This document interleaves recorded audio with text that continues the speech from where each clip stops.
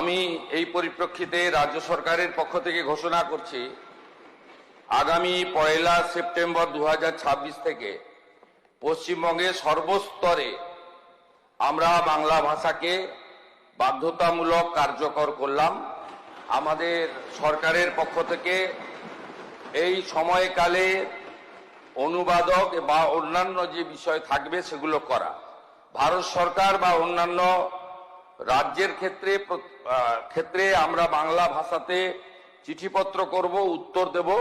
তার সাথে সাথে ভারত সরকারের সঙ্গে যোগাযোগ সংক্রান্ত বিষয়ে আমরা বাংলা ভাষার সাথে হিন্দি ভাষাতেও উত্তর বা প্রশ্ন চিঠিপত্র আদান প্রদান করব।